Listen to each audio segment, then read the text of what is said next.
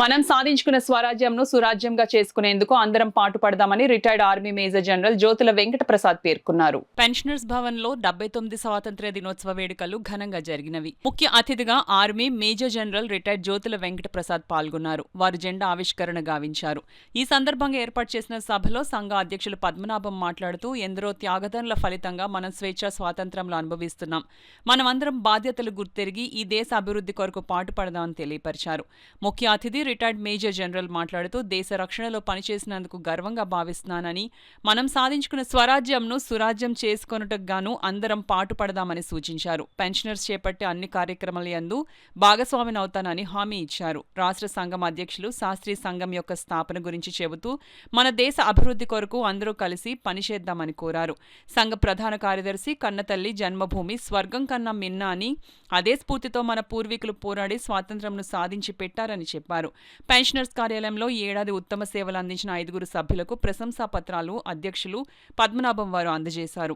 ఈ సంవత్సరం ప్రభుత్వ పాఠశాలలో చదివిన 10వ తరగతి అధిక మార్కులు సంపాదించుకున్న 5 విద్యార్థులకు వి శేషగిరి సంఘ కోశాధికారి స్పాన్సర్ చేసిన సొమ్మును 15,000 ఈ 5 విద్యార్థులకు ముఖ్య అతిథులు నగదు అవార్డులుగా అందజేశారు. ఈ వేడుకలో associate president N Venkatrao, Sarojini Ibrahim, Sajida, Bhaskarrao, Azizullah, ఆదినారాయణరావులు, ప్రసాదరావు, సీతాపతిరావు, నిత్యానందరావు, రాణి, గిరిజ, ఝాన్సీ, మాణిక్యం, సరస్వతి తదితరులు 150 మంది సభ్యులు పాల్గొన్నారు. 79 సంవత్సరాల తర్వాత కూడా స్వాతంత్ర దినోత్సవాన్ని మనం ఎందుకు పూనుకుని దాన్ని సెలబ్రేట్ చేసుకోవాలి అంటే, స్వాతంత్రం గెలిచిన తర్వాత ముందు దిశగా ఎలాగ వెళ్ళాలనేది మన ప్రథమ కర్తవ్యం ఇప్పుడు. సో ఆ దిశగా ప్రతి స్వాతంత్ర దినోత్సవానికి ప్రజలందరూ as a citizen of the country మనం ఏంటంటే మళ్ళీ ఈ దేశాన్ని 2047 కల్లా డెవలప్డ్ నేషన్గా మనం ఎలా తీసుకెళ్ళగలం అనే సంకల్పంని ఒకసారి మళ్ళీ తలుచుకుంటూ ఇలాగ మనం ముందు సెలబ్రేట్ చేసుకోవాలని నేను కోరుకుంటున్నాను. అందరికీ శుభాభినందనలు.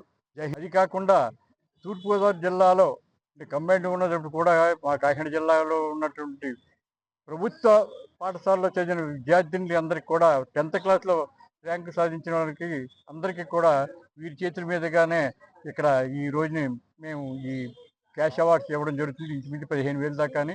అందువల్ల వారు ముందుగా ఇక్కడికి వచ్చినందుకు వారికి మరొకసారి కృతజ్ఞతలు తెలియజేసుకుంటూ అందరినీ కూడా స్వాతంత్ర శుభాకాంక్షలతోటి మరి దేశం ముందుకు ఎట్లా నడపాలన్న సందేశం ఆయన ఇవ్వడం జరిగింది.